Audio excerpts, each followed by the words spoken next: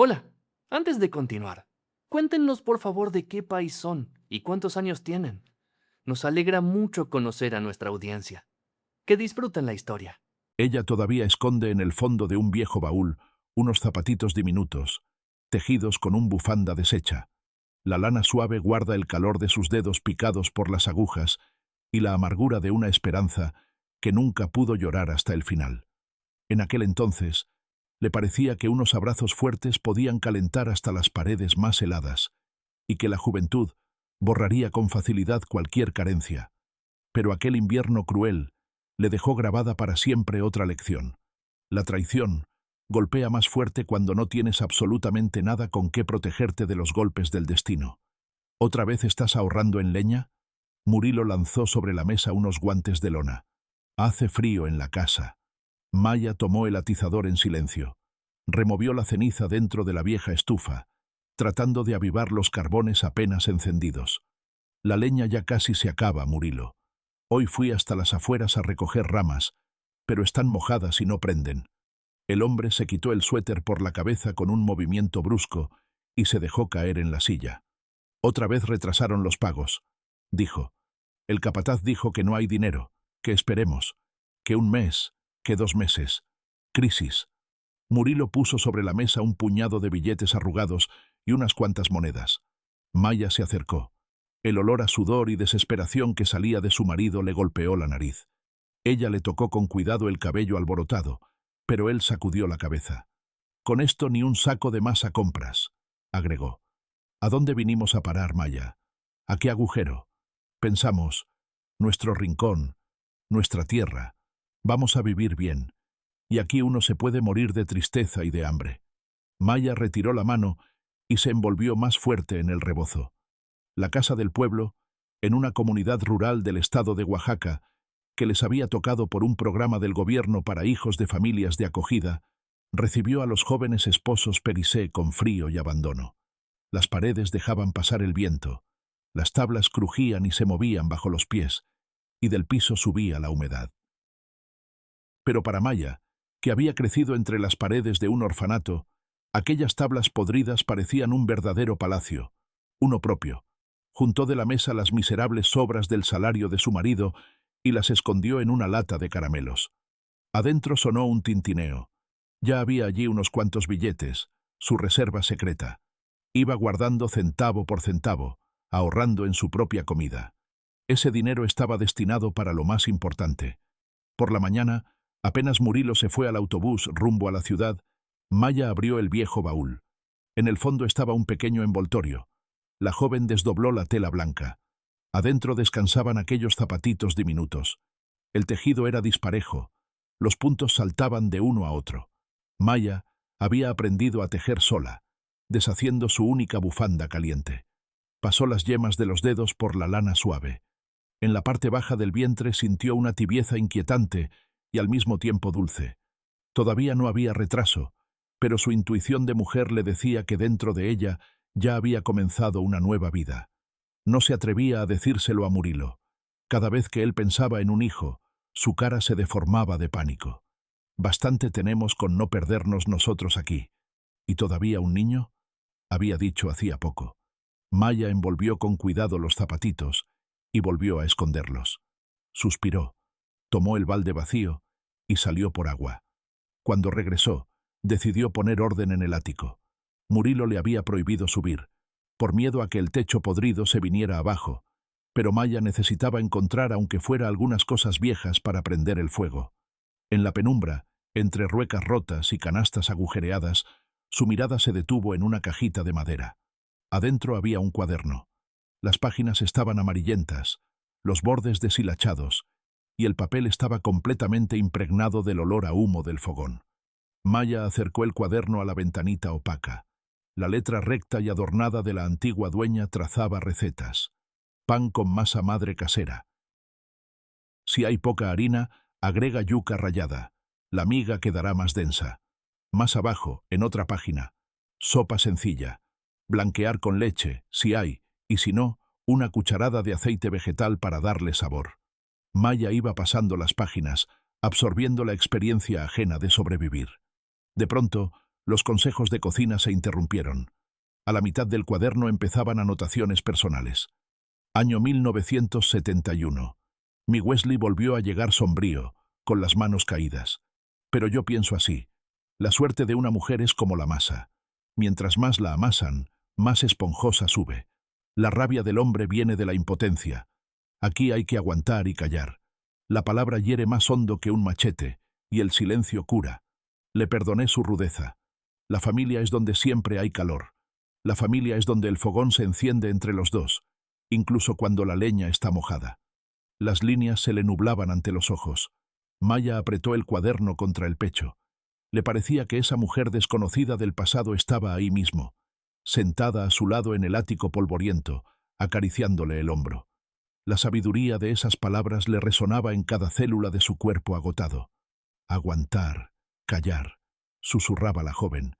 Yo puedo. Vamos a salir de esta. Por el bebé vamos a salir. Por la noche decidió hacer tortillas según la receta del cuaderno que había encontrado. Le agregó yuca rallada a la poca masa que quedaba y amasó una mezcla firme. El olor de lo horneado llenó la cocinita de una sensación de hogar. Maya puso sobre la mesa un mantel limpio, aunque remendado. En el centro colocó la tetera. Murilo volvió tarde. La puerta se abrió de un fuerte puntapié. Junto con él entró a la casa un olor extraño y penetrante. Era el aroma pesado y dulzón de un perfume barato de mujer. Maya se quedó inmóvil con la toalla en las manos. Murilo no la miró. Su mirada vagaba por las paredes, evitando encontrarse con la de ella. Se quitó la chamarra. La dejó tirada en medio del cuarto y caminó hacia la mesa. Otra vez tortillas con yuca. Soltó entre dientes, arrancando un pedazo con desagrado. Murilo, empezó Maya. ¿Dónde estabas? El autobús llegó hace 2 horas. El hombre se volvió de golpe. En sus ojos se agitaba una agresividad, la misma de la que hablaba la mujer del viejo cuaderno. Rabia por impotencia, o por algo más. Donde tenía que estar, rugió. Buscando trabajo extra. A ti nunca te alcanza el dinero. ¿Qué quieres? ¿Que me reviente en esa construcción por unas monedas? Yo nunca te he pedido mucho, respondió Maya. Solo quiero que estemos juntos. Que no gritemos. Juntos. Murilo soltó una risa nerviosa. Si aquí estamos como atrapados, acabándonos el uno al otro. Él se volvió hacia la ventana. Maya se quedó detrás de él, mirando su espalda tensa. El olor ajeno y dulzón del perfume seguía suspendido en el aire. La joven se acercó al alféizar y tocó el vidrio. En el reflejo veía su cara pálida y la silueta oscura de su marido. El abismo entre los dos se hacía más ancho cada día, tragándose aquellas promesas que se habían hecho al salir del orfanato. «Vete a dormir», dijo Murilo. «Mañana me tengo que levantar temprano». El capataz prometió una chamba en la obra de al lado. «Vamos a descargar camiones». Maya asintió en silencio. Quitó de la mesa las tortillas que nadie había tocado, sintiendo cómo por dentro iba creciendo un vacío helado. Aguantar y perdonar. Se repetía para sí misma, pero por alguna razón, hoy esas palabras no le traían consuelo. El olor del perfume ajeno resultó más fuerte que aquella sabiduría antigua. Esa noche estuvo mucho tiempo sin poder dormir, escuchando la respiración de su marido. Maya puso la palma de la mano sobre su vientre plano. Allí, en esa oscuridad que parecía protegerla, ardía apenas un pequeño secreto, su única ancla en aquel mar desbordado de desesperación. Tenía que conservar ese secreto costara lo que costara. La mañana amaneció sombría. Murilo se fue en silencio, sin siquiera tocar el café. Maya lo siguió con la mirada durante largo rato.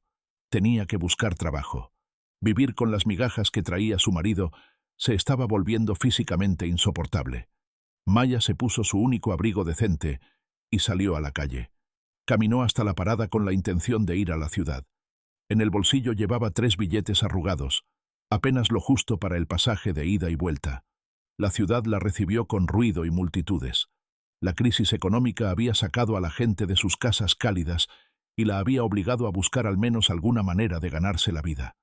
Maya recorrió 3 tiendas, una farmacia y una panadería diminuta. En todas partes escuchó la misma negativa indiferente. «¿A quién voy a contratar, hija?», suspiró cansada la encargada de una tienda. «Aquí no entra nada de dinero. Sigue tu camino. No hay trabajo». Maya salió a la calle. Caminaba entre casas grises, sintiendo cómo la desesperación le caía pesadamente sobre los hombros. Se detuvo junto a un poste de concreto cubierto de papeles rotos. Su mirada se clavó en una hoja blanca recién pegada. La fábrica textil solicita costureras. Pago por pieza. Se paga en efectivo. Presentarse en recursos humanos. La palabra en efectivo sonó como un hechizo. Maya arrancó el anuncio y se dirigió a la dirección indicada. La fábrica se alzaba en las afueras de la ciudad, como una fortaleza sombría de ladrillo rojo. Las chimeneas altas escupían al cielo pálido un humo espeso y gris. Adentro reinaba el zumbido pesado de las máquinas industriales. En recursos humanos la mandaron directamente con el director. La puerta de la oficina estaba entreabierta.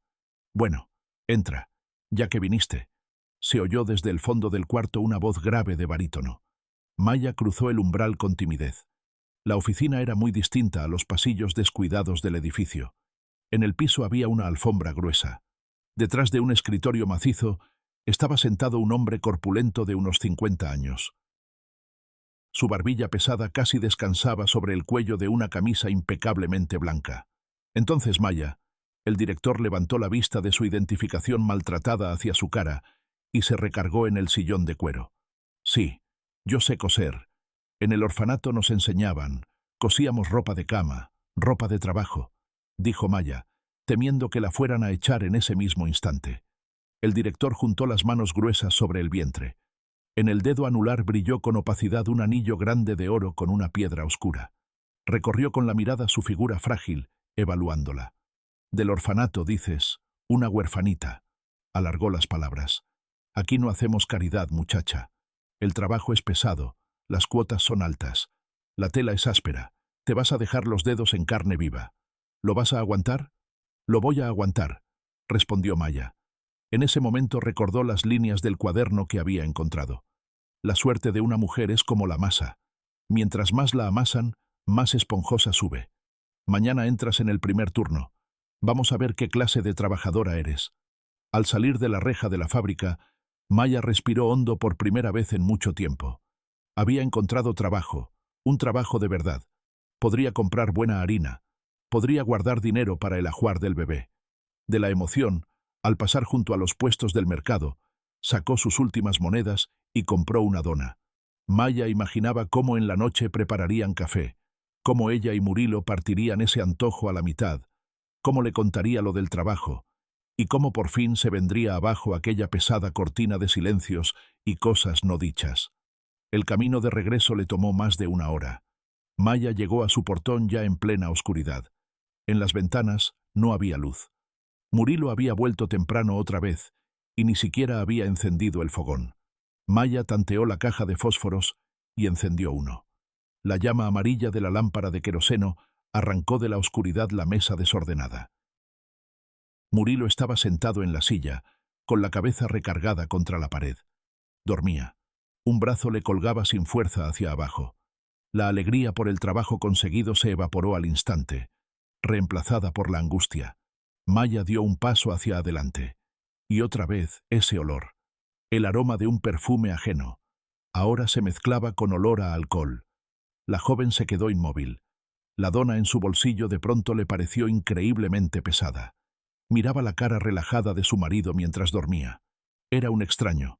Aquel Murilo que había prometido cargarla en brazos y protegerla del mundo entero había desaparecido, disuelto en el polvo de cemento de las construcciones de la ciudad. Maya entró al dormitorio. Sacó de debajo de la cama su lata de caramelos. Levantó la tapa. El vacío dentro le golpeó los nervios. Su reserva secreta, aquellos billetes arrugados que había estado guardando durante semanas para el futuro del bebé, había desaparecido. La respiración se le cortó de la rabia y del dolor. Murilo se había llevado el dinero. Maya se dejó caer al piso junto al viejo baúl y apretó las manos contra el vientre. En el fondo del baúl estaban los zapatitos grises tejidos. Su calor ya no la abrigaba. Esa noche Maya no pegó los ojos. Entendió una verdad aterradora. Para sobrevivir en aquel mundo cruel, tendría que hacerlo sola. La mañana cayó sobre la casa como una pesada losa gris. Maya estaba sentada al borde de la cama helada. Dentro de ella se removía lentamente un nudo espinoso de resentimiento no dicho. La lata de caramelos estaba sobre la mesa. En la almohada de al lado, Murilo respiraba con pesadez. Dormido, fruncía el ceño, y sus labios resecos se movían sin sonido. Maya miraba la espalda ancha de su marido y sentía físicamente cómo se iba afinando, cómo se rompía, el hilo invisible que los había unido desde los tiempos del orfanato. Robarle sus centavos secretos, guardados para la leche del futuro bebé, era peor que un golpe directo. No lo despertó. Se arregló en silencio y salió a la calle. Faltaban todavía 2 largas horas de camino para llegar al primer turno en la fábrica. El taller de tejido recibió a Maya con un estrépito metálico.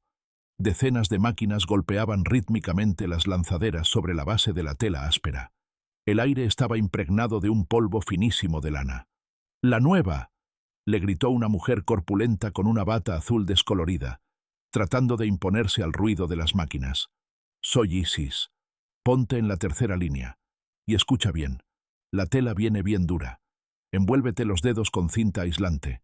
Si no para el almuerzo, ya vas a tener toda la tanda manchada de sangre. Y aquí por defectos, descuentan sin piedad. Maya asintió obediente. El olor del aceite de máquina era fuerte y le provocó una leve náusea, pero la joven se obligó a respirar hondo.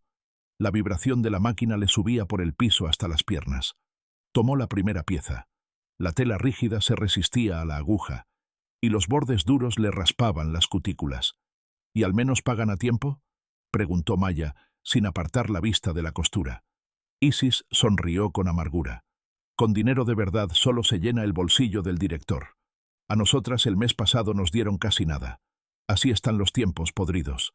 El que supo acomodarse anda en jeep, y nosotras, como mulas de carga, aguantamos. Para el mediodía, los dedos de Maya ya estaban cubiertos de pequeños cortes. La espalda le dolía por estar sentada sin parar en un banco duro. De pronto, el ruido del taller cambió de una manera casi imperceptible. Las mujeres de las mesas vecinas metieron la cabeza entre los hombros y empezaron a coser más rápido. En el pasillo apareció el director de la fábrica. Avanzaba entre las filas con el paso seguro de un dueño. De él salía con fuerza el olor de una loción cara y de una calma bien alimentada. Se detuvo justo detrás de Maya. La muchacha sintió cómo una mano grande y húmeda se posaba sobre su hombro. «¿Y qué tal? ¿Ya te estás adaptando?», sonó la voz del director justo al lado de su oído. «Sí, estoy cumpliendo con la cuota». Maya tragó el nudo seco que tenía en la garganta. El director deslizó lentamente el pulgar por su clavícula, apretando apenas a través de la tela. «Las trabajadoras aplicadas me gustan, pero solo con una cuota, en tiempos tan difíciles, no vas a sobrevivir, Maya», alargó su nombre. «Una muchacha joven y bonita quiere comer bien, y también quiere vestirse decentemente, no andar con ropa vieja. ¿O no tengo razón?». El sentido de sus palabras era más que claro. Maya sacudió el hombro, quitándosele la mano. La costura se desvió, la aguja crujió lastimosamente y se rompió, clavándose en la placa metálica. Un fragmento salió disparado a un lado. «Yo no estoy pidiendo lo de nadie. Solo quiero que me paguen lo que me gané», respondió ella, levantando la vista hacia él. El director soltó un resoplido condescendiente. «¿Orgullosa? Muy bien. El orgullo es un condimento picante. Abre el apetito. Pero cuidado, muchacha. No vaya a ser que ese condimento te queme el estómago. Pasa por mi oficina después del turno y te doy un adelanto en billetes de verdad», dijo. «Y de paso hablamos de tu futuro». El director se dio la vuelta y se alejó. Isis, esperando a que desapareciera tras la puerta, negó con la cabeza. «Huye de él, Maya. Huye antes de que te hundas», susurró. A las muchachas jóvenes las atrae con dulzura, pero luego les amarga la vida. A 2 ya las llevó al borde de un colapso. Una hasta intentó quitarse la vida. No tiene ni vergüenza ni conciencia. Ya te olió, el depredador. Maya pasó el resto del turno como envuelta en niebla.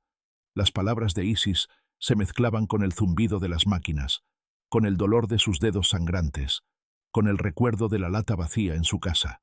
Volver con un marido que le robaba por otra mujer, o ir a esa oficina forrada de cuero donde olía a whisky y a cálculo depredador. A las 5 de la tarde sonó un pitido agudo anunciando el final de la jornada. Las mujeres se quitaban a toda prisa las batas azules, apuradas por salir hacia la reja. Maya se demoró. Se quedó junto a la ventana, mirando el cielo ennegrecido. Dentro de ella luchaban la desesperación y el instinto de supervivencia. El bebé. Tenía que pensar en el bebé, en esos zapatitos diminutos en el fondo del baúl. Necesitaba dinero con desesperación. Por un instante, ante sus ojos apareció una línea del cuaderno amarillento. Nunca tomes un pedazo de una mesa ajena si no estás dispuesta a pagarlo con el alma. Maya se dio la vuelta de golpe. No iba a ir con el director. Era mejor morder una tortilla seca que permitir que ese hombre la tocara. La joven se echó el rebozo encima y casi salió corriendo hacia la puerta del taller, temiendo que el director la interceptara en el camino. El trayecto a casa le tomó 2 horas. El autobús la dejó en una parada vacía a la entrada del pueblo. Todavía tenía que caminar cerca de 1 milla por el camino de tierra hasta la casa. Alrededor reinaba el silencio, interrumpido solo por el aullido del viento entre los cables eléctricos. De la chimenea de su casa no salía humo. Las ventanas estaban oscuras. Maya buscó la llave en el bolsillo, pero no la necesitó. La cerradura estaba abierta. Empujó la puerta. «¡Murilo!», llamó hacia la oscuridad. En respuesta, se oyó el raspón de un fósforo. La llamita diminuta iluminó la cocina. Arrancó de la sombra la mesa y la espalda ancha de su marido. Él acercó el fuego a la mecha de la lámpara de queroseno. La luz opaca se extendió por el cuarto, dejando al descubierto la escena. Cosas tiradas por el piso, una silla volcada y las puertas del armario abiertas de par en par. Murilo estaba junto a la cómoda. Apestaba a alcohol y a ese mismo perfume floral. Sus movimientos eran nerviosos, apresurados. Metía suéteres y pantalones de trabajo en una bolsa. «Llegaste temprano», soltó. Maya se quitó lentamente el rebozo de la cabeza. «El fogón no está encendido», dijo. «Y estás empacando tus cosas. ¿Te vas al turno de noche o qué?». Murilo se quedó quieto. Luego arrojó la ropa dentro de la bolsa y cerró el cierre de un tirón. «No hay ningún turno de noche, Maya. Y esa maldita obra ya no existe para mí. Renuncié». En el cuarto quedó suspendido un silencio pesado. Maya se acercó a la mesa.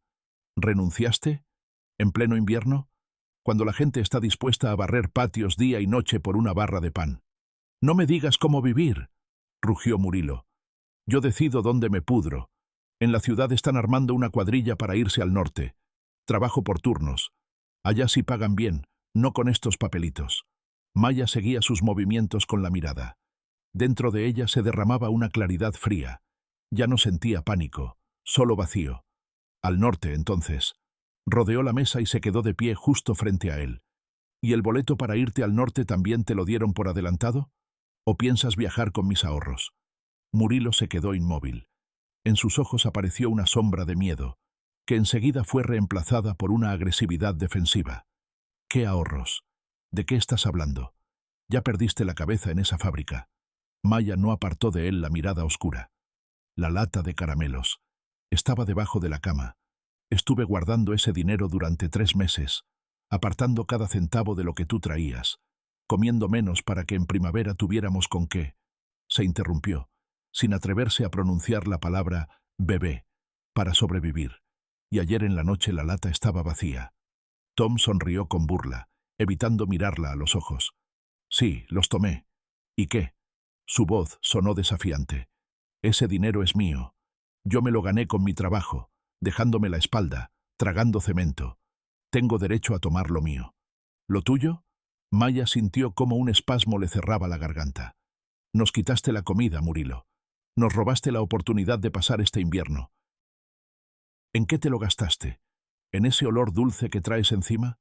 No digas tonterías, Maya». «¿Cuál olor?». «En el vestidor unos hombres tiraron loción». «No me mientas», respondió ella.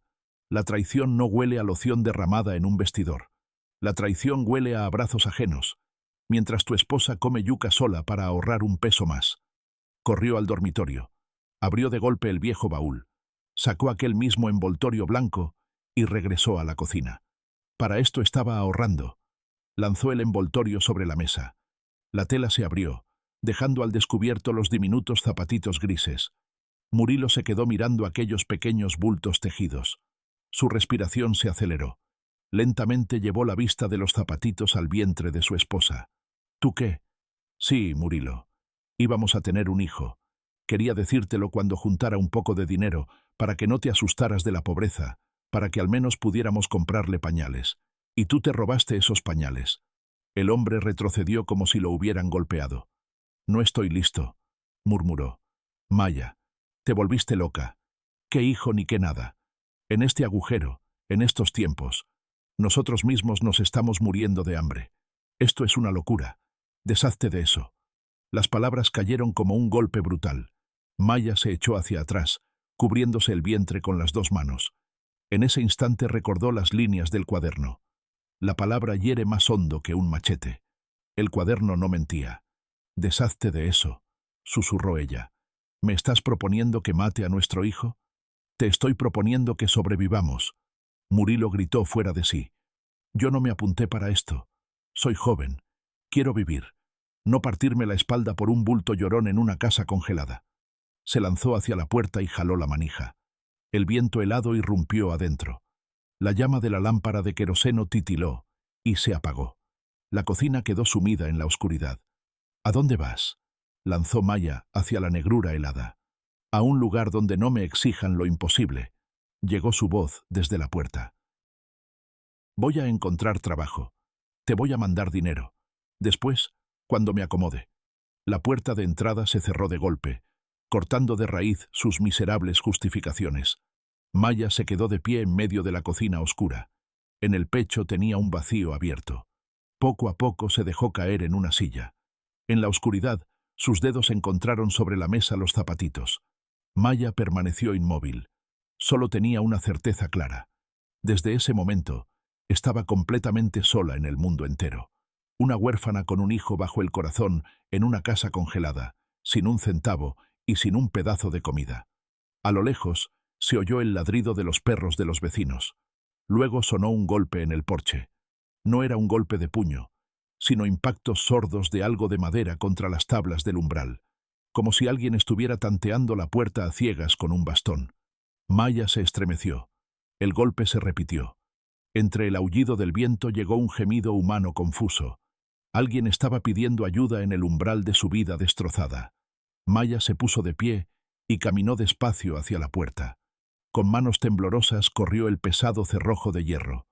En el umbral, apoyado contra el marco, estaba un hombre alto, encorvado de una manera poco natural.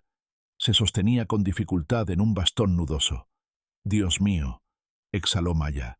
El hombre levantó la cabeza. Brillaron unos ojos grises, penetrantes y extrañamente claros, en un rostro profundamente surcado por las arrugas. Los labios del anciano estaban azulados por el frío y apenas se movían. «Permítame». Su voz sonó apagada. «Perdí el camino. La oscuridad. El frío se me mete hasta los huesos». El instinto de supervivencia le gritaba: «Cierra la puerta. Es peligroso meter en la casa a vagabundos nocturnos». Pero ante sus ojos apareció el recuerdo de Murilo alejándose de ella 10 minutos antes, dejándola sola a merced del miedo y de la miseria. Ella sabía lo que era quedar abandonada. «Pase rápido». Maya agarró al anciano por la manga y lo metió en la casa. El viejo cruzó el umbral arrastrando pesadamente los pies. En la cocina estrecha se dejó caer en una silla. El bastón cayó al piso con un golpe seco. Maya encendió la lámpara de queroseno. En aquella luz opaca, el visitante se veía todavía más agotado. Las manos delgadas le temblaban mientras intentaba desabotonarse el abrigo. Maya lo ayudó. «¿Cómo se llama? ¿De dónde viene con este clima?», preguntó ella, corriendo hacia la estufa. En la reserva quedaba un solo leño, que había guardado para la mañana fría. Tuvo que sacrificarlo ahora. El anciano miró sus palmas temblorosas. Sus ojos claros se cubrieron con una niebla espesa de desconcierto. «Mi nombre», dijo despacio. «Juliano. Creo que Juliano. ¿Pero de dónde venía?». Guardó silencio, mirando las llamitas que empezaban a crecer en la estufa. «No lo recuerdo. Un velo blanco y frío. Un frío terrible que se mete hasta el alma». Maya puso una tetera al fuego. Entró en uso el último puñado de té. «Tome agua caliente, Juliano. Se va a calentar. Y tal vez le vuelva la memoria. Yo soy Maya». Le sirvió agua caliente. El anciano rodeó la taza con los dedos y asintió agradecido. En la manera en que sostenía una taza tan sencilla, había una dignidad especial, un contraste tajante con la rudeza de Murilo.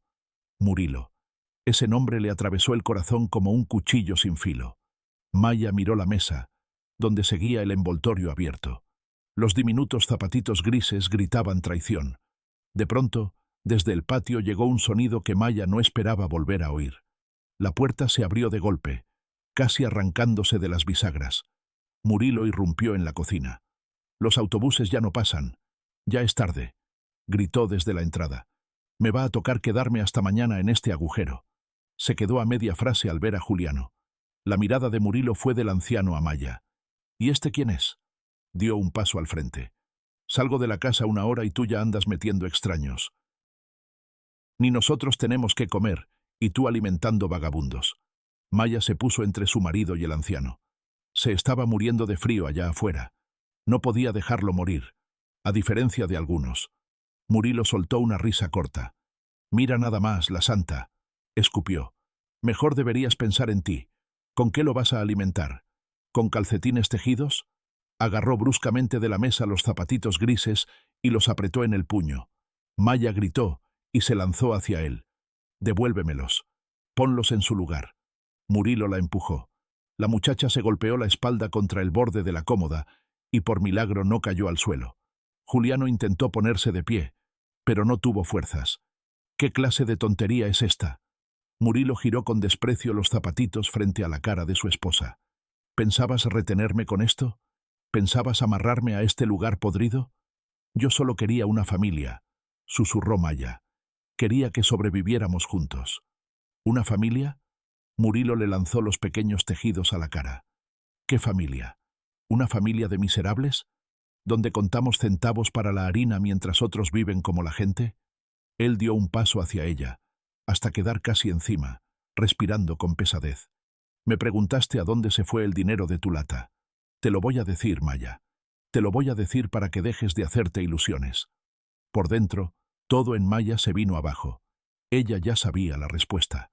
«Con ese dinero compré una cadena de oro, delgada, bonita, para una mujer que sabe sonreír y no se la pasa quejándose por la falta de plata, para una mujer que está esperando un hijo mío, Maya. Y ese niño va a vivir en la ciudad, en un departamento caliente, no en este sepulcro».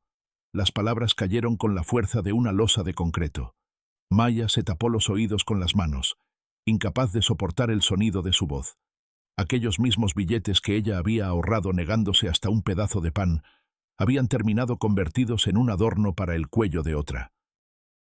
Su hijo había sido rechazado, condenado a la pobreza, mientras otro, un hijo ajeno, recibía calor y oro. Murilo soltó una carcajada cargada de veneno y se dirigió a la puerta del dormitorio. «Mañana por la mañana yo ya no voy a estar aquí. Quédate con tu vagabundo. Se merecen el uno al otro». Cerró la puerta tras de sí con un golpe brutal. Maya se quedó de pie en medio de la cocina, mirando los zapatitos grises tirados por el piso. El dolor le nubló la vista. Poco a poco se arrodilló y empezó a recoger aquellos suaves bultitos de lana. Su mirada cayó sobre la estufa, donde la llama danzaba alegremente, devorando el último leño. Maya se acercó al fuego. Tenía la mente vacía. Abrió los dedos, y los zapatitos grises cayeron directo sobre las brasas encendidas. La lana se prendió de inmediato. Maya miró cómo su esperanza se retorcía y se ennegrecía entre el fuego. «Hija mía», se oyó detrás de ella la voz de Juliano. Se volvió. El anciano estaba de pie junto a la mesa, apoyado en su bastón. «No se puede quemar lo que está unido al amor», dijo. «La ceniza se queda en el alma y la envenena». Por fin, Maya rompió en llanto. Se dejó caer al piso junto a la estufa, cubriéndose la cara con las manos, sacudida por los sollozos. Juliano se sentó a su lado. No dijo palabras de consuelo, no prometió que todo iba a salir bien. Simplemente se quedó allí. En la habitación de al lado, Murilo roncaba. Su respiración era la única prueba de que seguía ahí, bajo el mismo techo que ella. Pero Maya sabía que ya no tenía marido.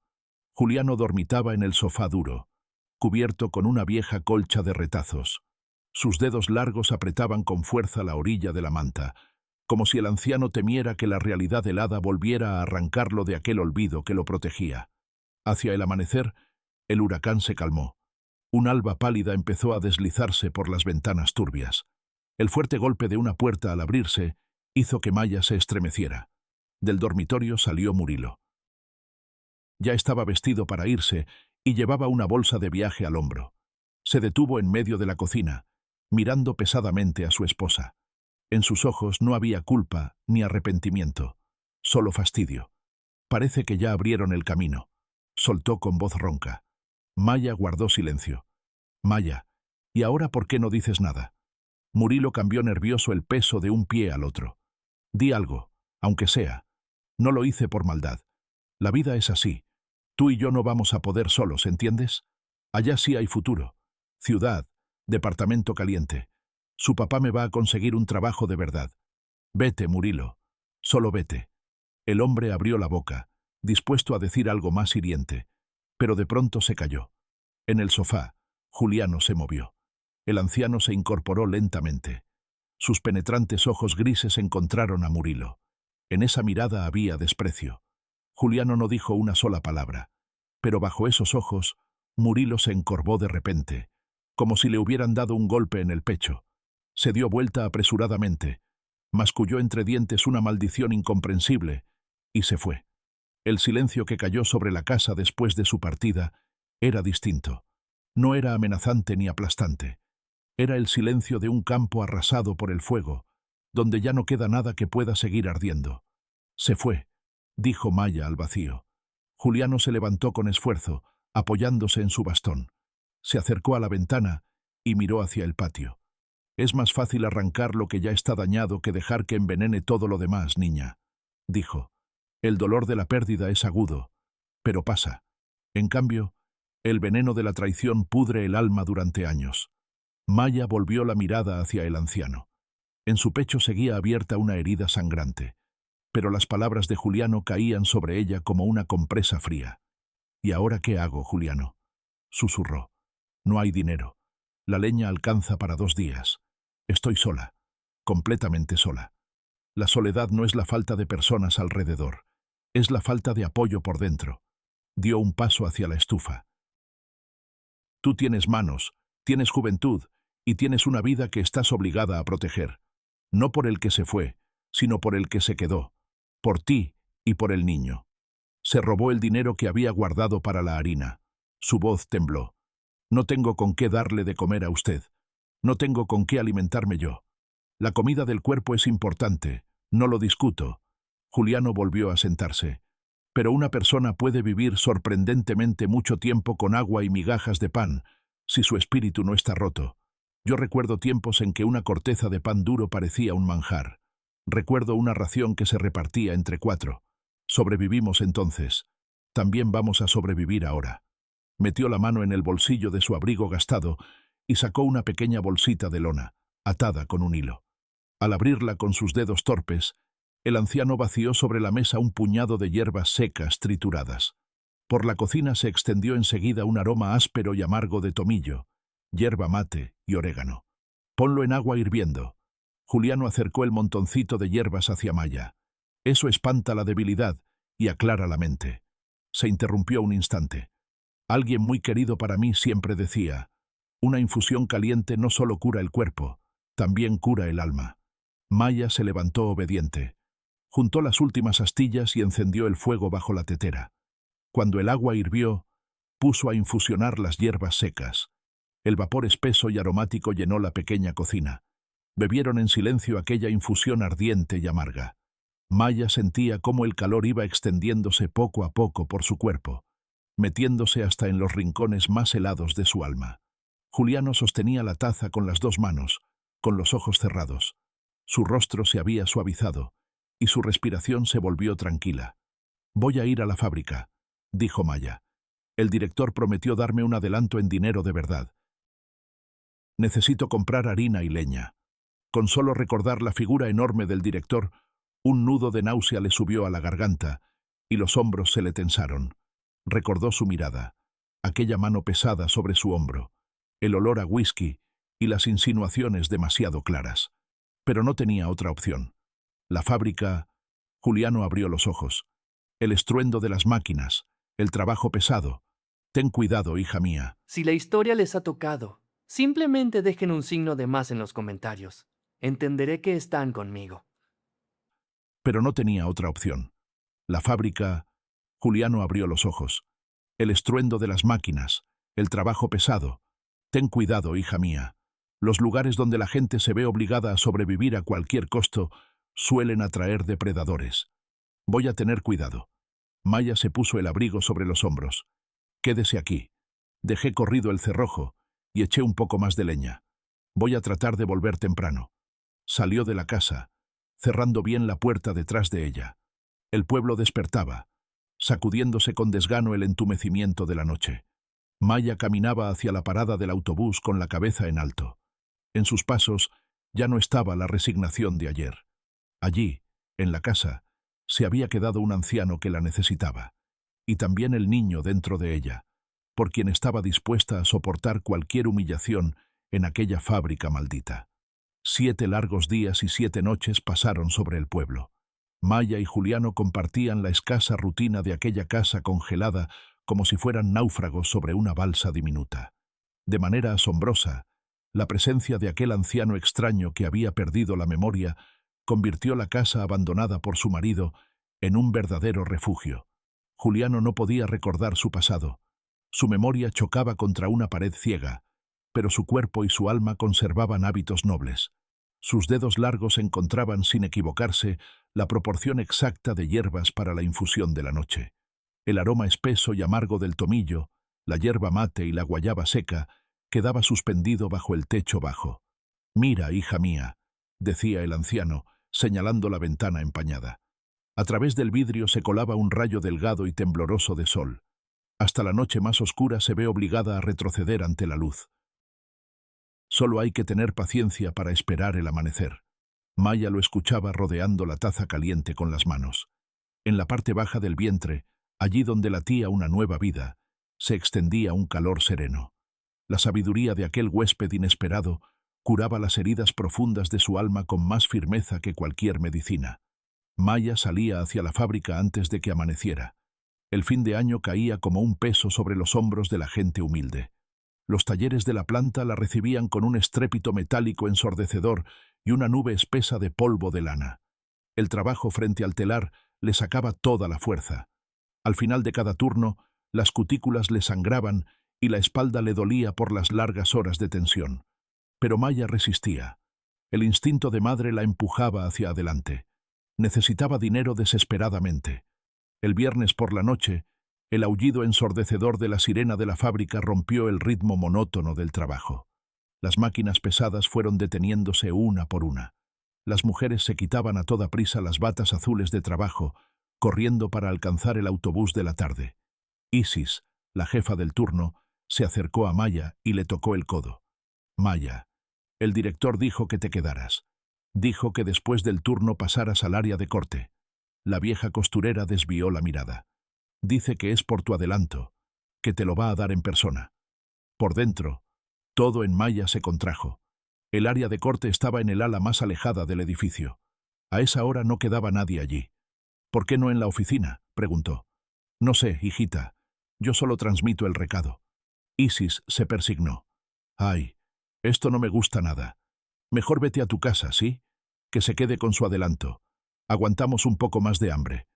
Las palabras de la vieja sonaron como la voz de la razón. Pero ante los ojos de Maya aparecieron los pómulos cada vez más marcados de Juliano. También pensó en el niño. «Será rápido, Isis. Recojo el dinero y me voy enseguida». Maya se puso el abrigo y caminó despacio por el largo pasillo. La puerta del área de corte estaba entreabierta. Adentro solo ardía una lámpara opaca, arrancando de la penumbra las mesas macizas cubiertas de rollos de paño gris. Maya cruzó el umbral. «¿Hay alguien aquí?». Su voz tembló. Detrás de una montaña de telas apareció, sin apuro, la figura gruesa del director. Llevaba puesto un traje caro. «Viniste, Palomita», dijo, acercándose lentamente.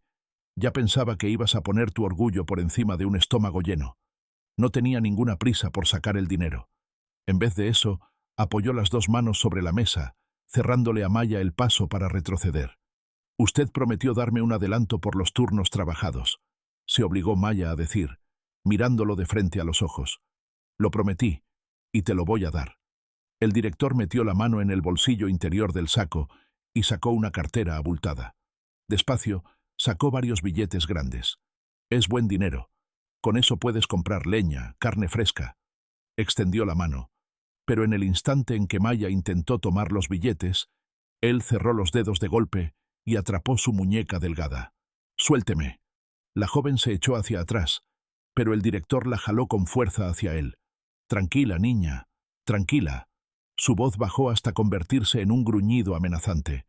«Tú eres inteligente, huerfanita. Deberías entender cómo funciona esta vida. Tu marido te dejó, ya averigüé. Vives sola en una ruina. ¿A quién le importas tú con todo tu orgullo? Yo, en cambio, puedo hacer que comas pan blanco con mantequilla todos los días. Te paso a la oficina, a mover papeles. Solo sé más cariñosa y dame lo que yo quiero». Sus labios gruesos y húmedos se acercaron a su cara. Maya apoyó las manos contra su pecho ancho, intentando apartar aquel cuerpo pesado. «No, déjeme ir», gritó, retorciéndose entre sus brazos. «No te hagas la difícil». El director dejó de fingir que era un benefactor. Le torció las dos manos con una sola de sus enormes palmas, y con la otra le jaló bruscamente el cuello del vestido. La tela crujió. «Aquí no hay nadie. Ya todos se fueron. Si sigues pataleando, te echo de aquí sin un centavo. Y todavía vas a quedar debiéndome por el paño arruinado». Maya cerró los ojos con fuerza, resistiéndose con desesperación. Se le cortó la respiración. Parecía que no había ayuda posible. Los dedos del director arrugaban el cuello desgarrado de su vestido, acercándose a su cuello indefenso. La joven apretó los ojos, despidiéndose en silencio de todo lo luminoso que aún quedaba en su mundo destruido. Un sonido seco rompió el silencio sofocante del taller. Era el sonido de madera dura golpeando el piso de concreto con una fuerza ensordecedora. «Suelte a la mujer». La voz golpeó la espalda del director. Era un barítono profundo, con una dicción impecable. El director se estremeció por completo y se volvió de golpe, aflojando los dedos sin querer. Maya se apartó al instante. En el marco de la puerta estaba Juliano. Maya no podía creer lo que veía. La encorvadura de siempre había desaparecido por completo. El anciano se había enderezado, con los hombros firmes. Se apoyaba en su bastón con las dos manos, como si fuera un bastón de ceremonia. Su rostro, surcado de arrugas, se había endurecido hasta convertirse en una máscara de justa indignación. «¿Y tú cómo entraste aquí, viejo?» El director intentó recuperar su tono de dueño. «Seguridad. Portero». «La seguridad está dormida en la entrada», dijo Juliano, dando un paso al frente. «Y usted, señor, está bien despierto. Despierto para cometer una bajeza en la oscuridad, aprovechándose del poder que tiene sobre quienes no pueden defenderse». El director tragó saliva. Su enorme barbilla empezó a temblar levemente. En aquel vagabundo pobre se sentía una fuerza interior tan inmensa, una certeza tan inquebrantable, que el alma mezquina del pequeño rey de fábrica se encogió de miedo.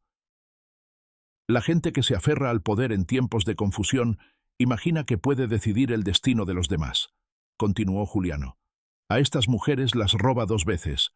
Primero les quita su trabajo, pagándoles miserias, y luego intenta robarles la dignidad. Usted no es más que una nulidad que se cree señor. Vete al diablo, intentó responder el director con insolencia, pero bajo la mirada pesada del anciano, su pobre bravuconería se hizo polvo. Juliano levantó su bastón y señaló con la punta los billetes tirados sobre la mesa. «Páguele. Entréguele lo que ella ganó con sus dedos cortados hasta sangrar, hasta el último billete, y nos iremos». El director, respirando con dificultad, sacó apresuradamente unos billetes más de la cartera y los aventó. «Llévate tus miserias y que no vuelva a verte por aquí», chilló. «Estás despedida.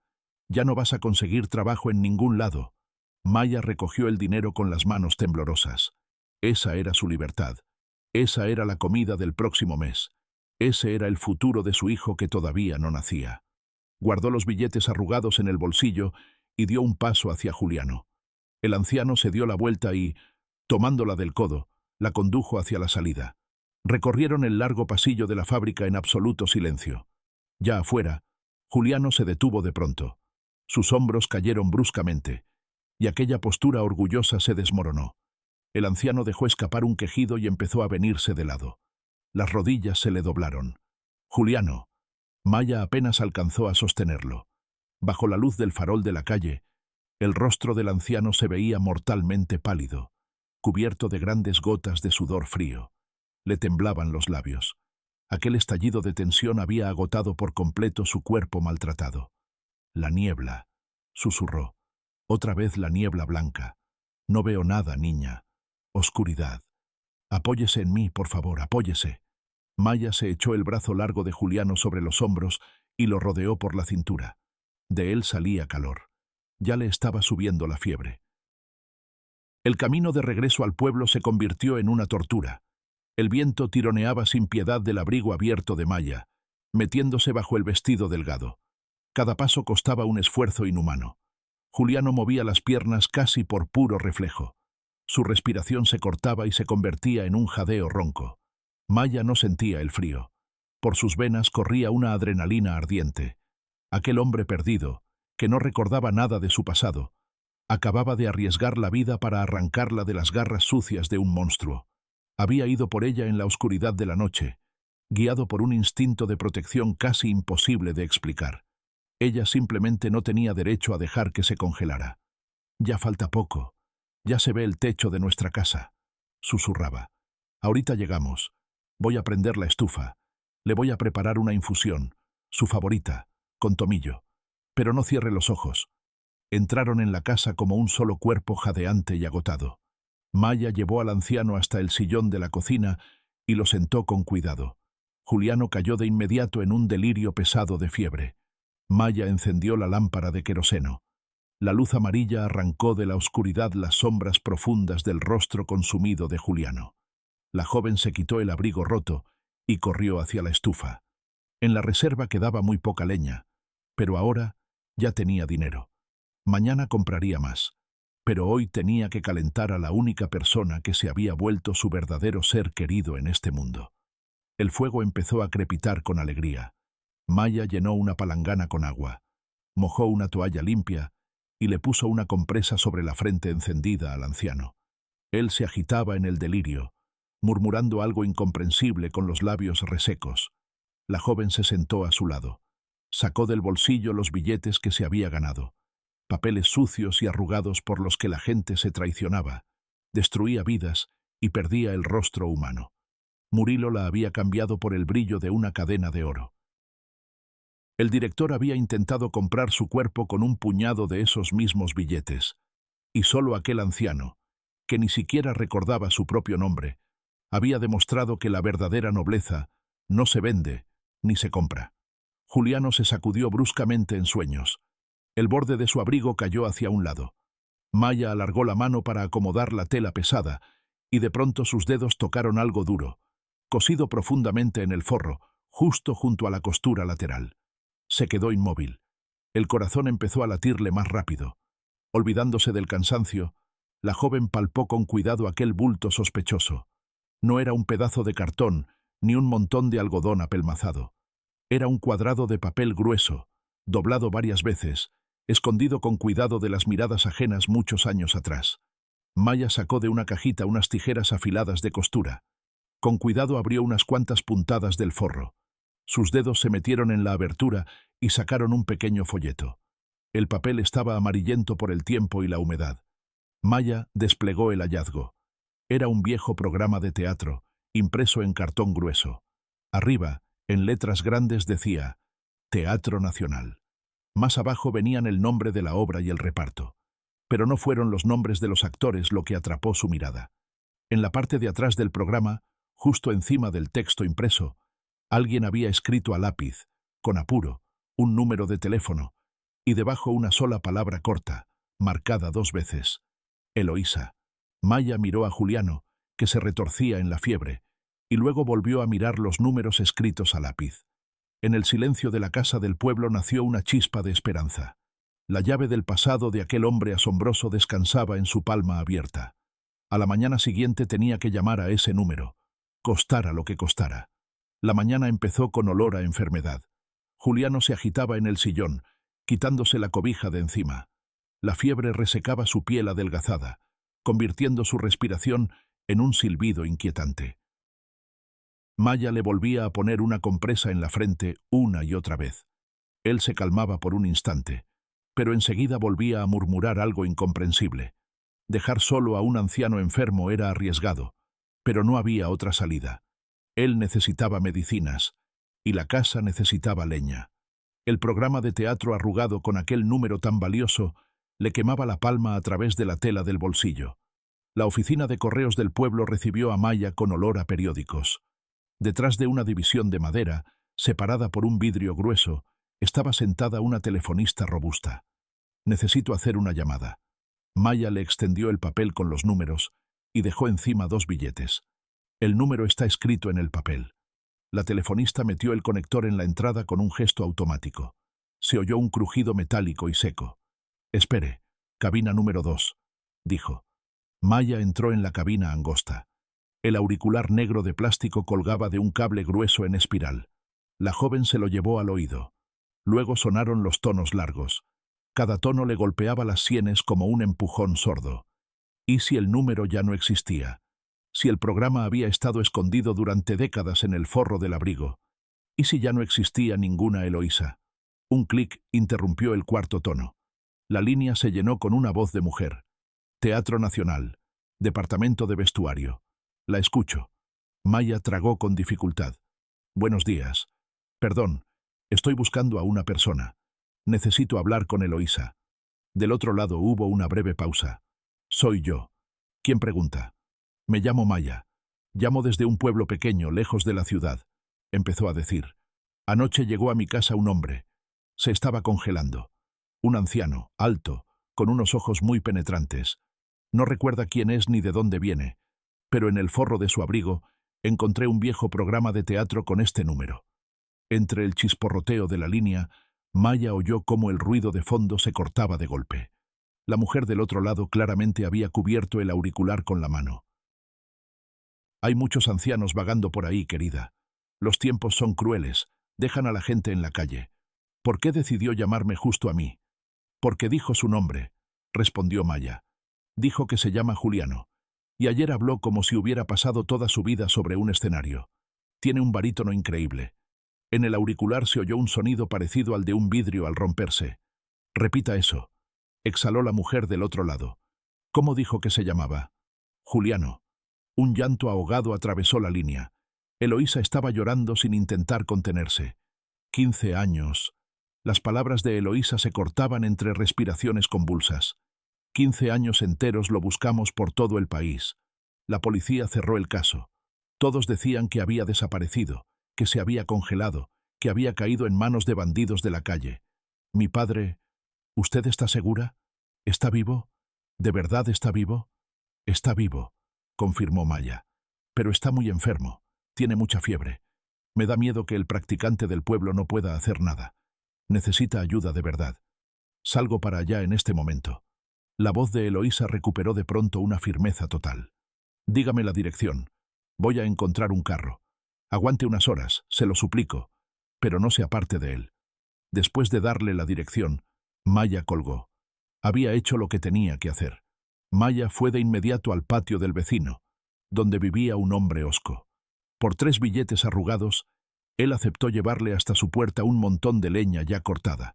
Lo que quedó del adelanto, Maya lo gastó en un paquete de harina de trigo, un pedazo de mantequilla y un frasquito de vidrio con medicina para bajar la fiebre. Su regreso a casa coincidió con el estruendo de los leños cayendo junto al porche. Maya encendió rápido la estufa. Luego trituró una tableta blanca en un mortero, disolvió el polvo en agua y, levantándole un poco la cabeza a Juliano, le hizo pasar la medicina entre sus labios resecos. «Eloísa», murmuró él en medio del delirio. «No mires allá, Eloísa. Cierra los ojos. Vidrios. Hay vidrios por todas partes». Maya se quedó inmóvil, escuchando sus palabras inconexas. ¿Qué tragedia había sepultado su memoria detrás de aquel muro ciego del olvido? ¿Por qué había pasado esos 15 años vagando, recorriendo los caminos de una vida ajena?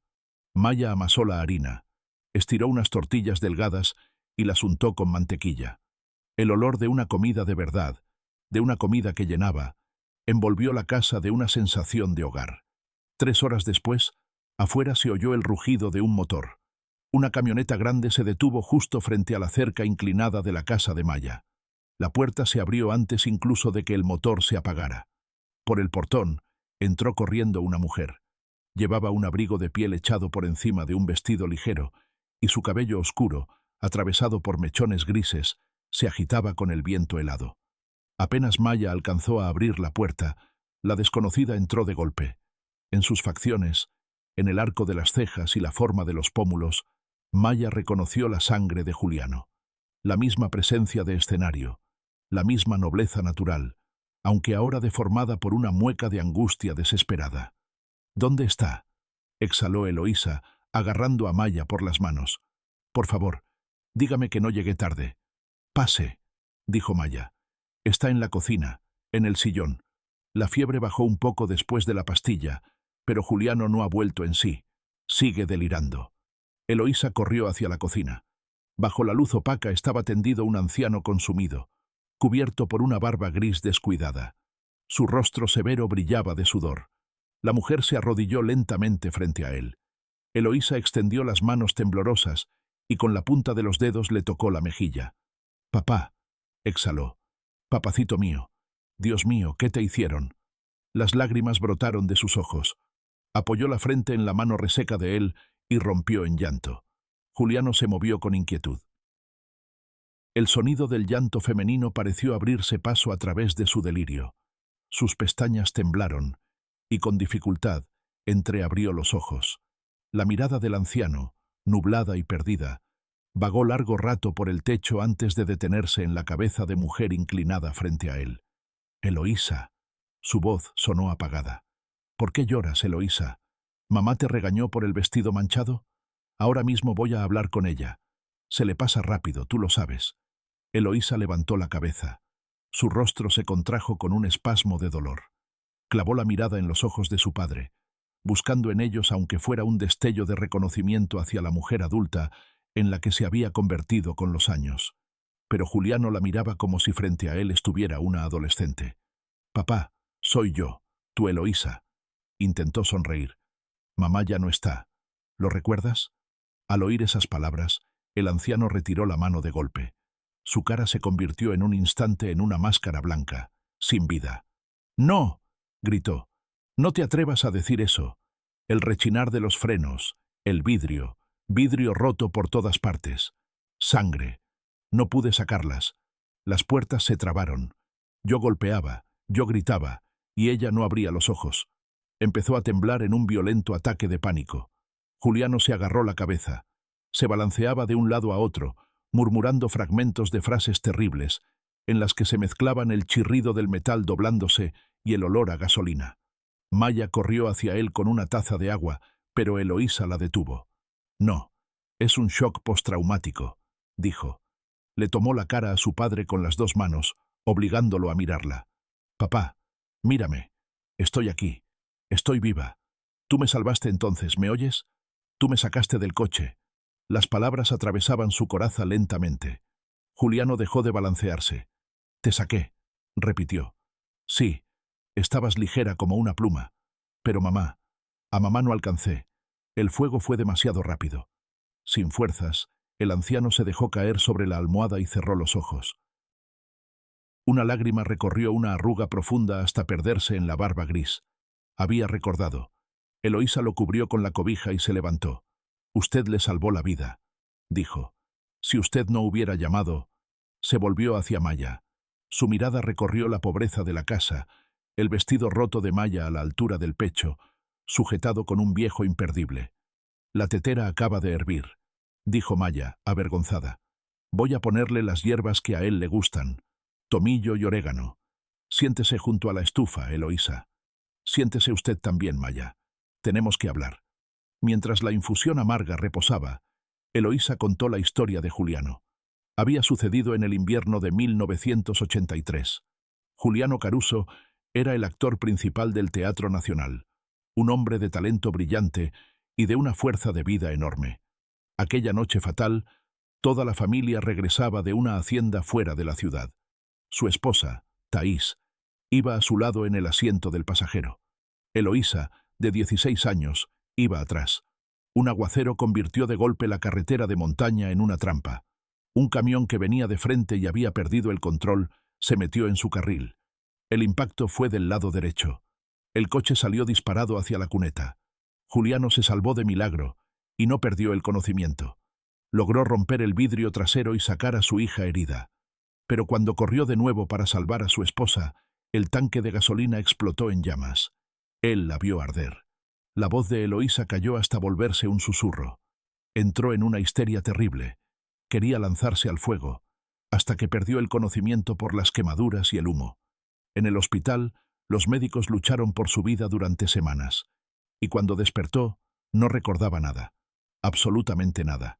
Ni el accidente, ni a Thais, ni a mí.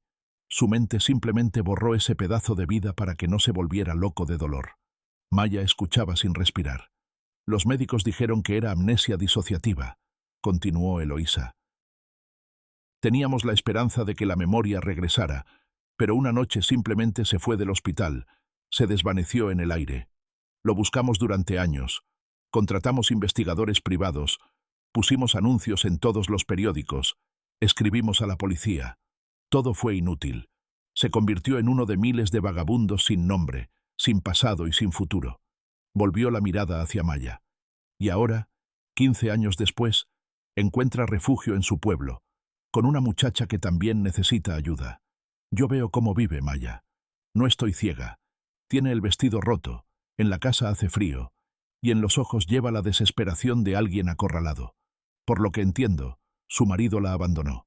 Maya asintió despacio. Se fue. Me dejó sin un centavo. Ayer en la fábrica, se interrumpió. Ayer el director intentó tomarme por la fuerza. Su padre llegó hasta allá. Me defendió. No sé de dónde le salió tanta fuerza, pero ese miserable se asustó y me entregó el dinero que me había ganado. Pero en el camino de regreso su padre se desplomó. Ya no le quedaban fuerzas. Eloísa se puso de pie de golpe. Ese miserable va a responder por todo, dijo entre dientes. Voy a mover todos mis contactos, y a esa fábrica la van a poner de cabeza. Se acercó a Maya y le tomó las manos. Maya, usted salvó a mi padre. No lo dejó morir de frío. No le dio la espalda cuando estaba indefenso. Estoy en deuda con usted para siempre. Recoja sus cosas. Se viene con nosotros. Maya se apartó, soltándose de sus manos. ¿A dónde? ¿A la ciudad? ¿Con usted? Eloísa, no puedo. Yo soy una muchacha de pueblo. Crecí en un orfanato. ¿Qué voy a hacer yo en la ciudad? Aquí tengo mi casa. Miró alrededor. Será lo que sea, pero es mi rincón. Ese rincón la va a matar, Maya.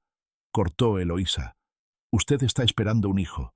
Se le nota por cómo se cubre el vientre con la mano sin darse cuenta. Aquí no va a sobrevivir. Hambre, frío. Y ese director suyo no la va a dejar en paz. Sacó la cartera del bolso, pero Maya negó con la cabeza. No voy a aceptar limosnas. Estoy acostumbrada a trabajar. No es limosna, sonrió Eloísa. En el taller de vestuario del teatro nos faltan manos de manera desesperada.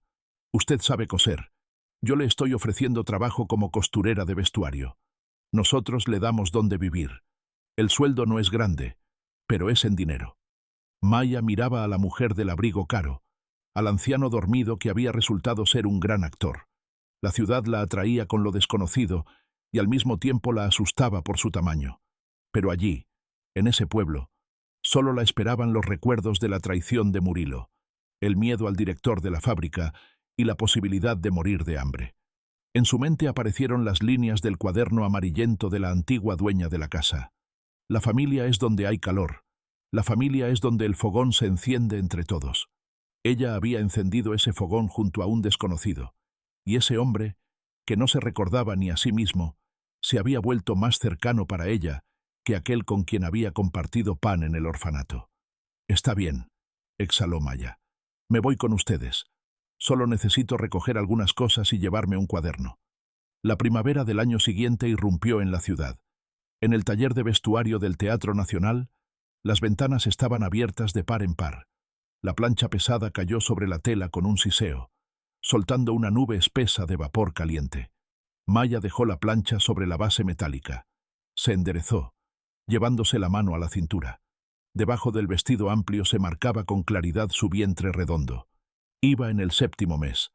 La puerta del taller se entreabrió, dejando pasar el rumor del ensayo desde la sala. En el umbral apareció Michel, el joven escenógrafo del teatro, cuyas manos siempre guardaban ese olor penetrante a pintura al óleo. En su pómulo, como de costumbre, brillaba una mancha fresca de ocre. Otra vez de pie, frunció el ceño mientras se acercaba y dejaba sobre la mesa un termo con café y una bolsa de papel. Eloísa te va a regañar. Tú deberías estar sentada. Si me siento, el jubón del don no se va a planchar solo, respondió Maya con una sonrisa. Michel abrió la bolsa. Adentro había 2 donas de azúcar. Le acercó un banco alto. El don puede esperar, pero el brocado del jubón se ve demasiado tosco. Pasó el dedo sobre la tela dorada. Tiene demasiado brillo. Se ve falso. Pensaba bajarle ese brillo con encaje mate en los bordes, dijo Maya, mientras se sentaba con gratitud y aceptaba el dulce que él le ofrecía. El encaje está bien. Suaviza los ángulos duros. Michel no miraba el jubón, sino las manos de ella, que iban acomodando alfileres. En una pintura, como en la vida, no se puede dejar todo en tonos gritones y agresivos, porque los ojos se ciegan, pero tampoco sirve vivir en pura grisura. Hacen falta matices, cuidado, atención a los detalles. Maya bajó las pestañas, sintiendo cómo se le encendían las mejillas. La atención de Michel se notaba en cosas pequeñas, en el café que le traía, en las tizas de sastre bien afiladas, en la manera discreta en que cargaba por ella los rollos pesados de tela. A diferencia del empuje brusco de Murilo, Michel la rodeaba de una ternura cuidadosa, sin pedir nada a cambio. En el pasillo se oyeron pasos. Juliano Caruso entró al taller. El anciano había cambiado de manera impresionante. El abrigo gastado había sido reemplazado por un saco claro y elegante. La barba gris estaba recortada con esmero. La memoria le iba regresando a fragmentos, pero allí, entre las paredes de su teatro, entre olores conocidos de bambalinas y maquillaje, su mente recuperaba la antigua claridad. Muy buenos días, trabajadores del Frente Invisible. Su barítono profundo llenó la habitación. Juliano se apoyó en su bastón, que ahora servía más como accesorio elegante que como apoyo real. Maya, cada día floreces más. Como decía un clásico, toda verdadera belleza empieza con la paz interior. Gracias, Juliano. La joven dejó a un lado el jubón todavía sin terminar. ¿Cómo fue hoy su ensayo con los actores jóvenes? Intento enseñarles a sostener la pausa. La juventud de hoy tiene demasiada prisa por vivir. Disparan el texto como si le temieran al silencio. Y sin embargo, lo más importante en el escenario, igual que en la vida de las personas, ocurre justamente en las pausas, en lo que queda sin decir. Se acercó a la ventana, ofreciendo el rostro al sol de primavera. En ese momento, la puerta del taller volvió a abrirse de golpe. En el umbral estaba Isis, la antigua compañera de Maya, en la fábrica textil. Llevaba el mismo vestido deslavado de siempre, pero el rostro le brillaba de alivio. En las manos sostenía una bolsa grande. Maya, casi no las encuentro en este laberinto de bambalinas, exclamó Isis, dejando caer la bolsa sobre una silla. Vine al mercado de la ciudad y traje unos regalitos. Pensé, voy a visitar a nuestra fugitiva. Ay, pero estás embarazada. Maya corrió a abrazar a su vieja conocida. Michel, contacto, se retiró diciendo que tenía cosas que hacer, y Juliano se sentó en un sillón en la esquina. Cerró los ojos, pero siguió escuchando a la visitante con atención. Maya le sirvió café a Isis. ¿Cómo van las cosas? ¿Y la fábrica? Preguntó. Isis dio un sorbo ruidoso al café caliente. La fábrica respira, Maya. Respira con todo el pecho. En su voz aparecieron notas de triunfo. A nuestro director se lo llevó la policía. Maya se quedó quieta. ¿Cómo que se lo llevaron? Así nomás. Llegaron investigadores. Dicen que entró una denuncia, que jalaron de un hilo desde muy arriba. Abrieron las cajas fuertes, revolvieron papeles. Resulta que ese hombre vendía nuestra tela por vagones enteros, y a nosotras no nos pagaba el sueldo, echándole la culpa a la crisis. Se lo llevaron esposado. Ahora va a mirar el cielo mucho tiempo a través de las rejas. Todo el taller salió a verlo. Pusieron a un director decente y nos devolvieron en efectivo 3 meses de salario. Juliano, en la esquina, apenas asintió sin abrir los ojos. Maya sabía que Eloísa había cumplido su palabra, moviendo todos sus contactos para destruir al hombre que se creía dueño impune del destino ajeno. ¿Y en el pueblo cómo van las cosas? Maya dudó un segundo. ¿Y nuestra casa? Isis soltó un suspiro pesado. Ay, Maya, el eco siempre vuelve. A cada quien le llega lo suyo. Ese Murilo tuyo, el ex, terminó mal. ¿Qué le pasó? Pues desde que se te fue con la mujer de la ciudad, todo se le vino abajo. El trabajo en el que confiaba resultó ser una estafa. Les robaron el dinero a los hombres. Llegó con ella con los bolsillos vacíos. Y ella, que era una mujer viva, se quedó con la cadena de oro que él le había regalado y lo echó a la calle. ¿Para qué quiero a un muerto de hambre?, le dijo, si estoy embarazada. La voz de Isis bajó hasta convertirse en un susurro. El muchacho se quebró, se hundió en la bebida. Hace un mes volvió caminando, vestido con harapos, tosiendo. Con 26 años parecía un viejo acabado. Llegó hasta la casa de ustedes, se cayó en el porche y se puso a aullar. Eso contaron los vecinos. Te pedía perdón, besaba las tablas del piso, pero ya era tarde. La casa estaba vacía. Maya miró por la ventana, donde una bandada de pájaros giraba en el cielo azul de primavera. Esperaba sentir aunque fuera un poco de satisfacción amarga en el pecho, pero allí solo había silencio. Solo la tristeza por una vida humana arruinada de la peor manera. Murilo había construido con sus propias manos su infierno. Traicionó a quienes estaban dispuestos a pasar hambre a su lado, y esa ilusión se volvió polvo, dejándolo sobre las cenizas de sus propias decisiones. No se puede construir un hogar cálido con leña robada al prójimo, dijo Juliano. Cuando una persona traiciona a quienes la aman, antes que nada se traiciona a sí misma. Se corta sus propias raíces, y un árbol sin raíces está condenado a secarse. Maya asintió despacio. ¿Y la casa?, preguntó. ¿Sigue ahí, abandonada? No, ¿cómo crees? Isis hizo un gesto con la mano. Las autoridades de la ciudad se movieron rápido. Se la asignaron a una pareja joven del orfanato. Un muchacho y una muchacha, bien jovencitos. Luan y Bruna. Son buenos chicos, trabajadores, solo que pobres. Duermen en el viejo colchón que quedó de ti. Isis se quedó media hora más. Dejó galletas caseras y se fue, deseándole a Maya un parto ligero. Cuando el taller quedó vacío, Maya se acercó a su casillero. En la repisa de arriba, envuelta con cuidado en una tela limpia, estaba aquella libreta amarillenta, la herencia de la antigua dueña de la casa, recetas de pan mezcladas con una sabiduría amarga de la vida. La joven fue pasando las páginas gastadas. Encontró la primera hoja en blanco al final. Sacó una pluma. Sus dedos, ahora bien cuidados, ya sin los cortes sangrantes de la tela de fábrica, trazaron unas líneas. Primavera. Perdonar no significa volver al lugar donde te rompieron. Perdonar significa soltar el rencor del corazón para que no te queme por dentro. El amor no está donde nunca discuten, sino donde juntos arreglan lo que se rompió. Pero recuerden esto, la traición no se puede reparar.